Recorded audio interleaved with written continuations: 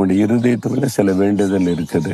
எனக்கு என் குடும்பத்துல இது நடக்கணும், வேலையில இது நடக்கணும், ஊழியத்துல இது வாய்க்கணும், பிள்ளைகள் காரியத்துல இது நடக்கணும், ஐயோ இந்த காரியம் ஜெயமாகணும், ஒரு வேண்டுதல் இருக்குது. ஒண்ணு நடக்க மாட்டேங்குதுன்னு நினைக்கிறீங்களா? ஆண்டவர் என்ன சொல்றாருன்னா, உன் இருதயத்தின் வேண்டுதல்கள் உனக்கு அருளப்படும். என் மகனே மகளே, உன் வேண்டுதலை நான் அருளி செய்வேன். ஆனா நீ ஒண்ணு செய்யணும், கர்த்தரிடத்தில் மன மகிழ்ச்சியா இருக்கணும், இயேசுக்குள்ள சந்தோஷமா இருக்கணும்.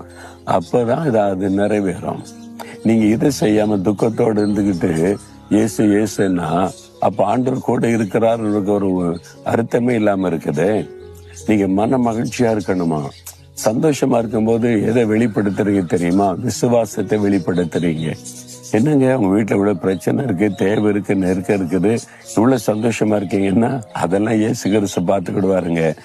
அவர் என் கூட இருக்கார்ல, அவர் எனக்கு போதும், அவர் செஞ்சு முடிச்சிருவார். அந்த விசுவாசத்தை வெளிப்படுத்துவதுதான் உங்க சந்தோஷம்.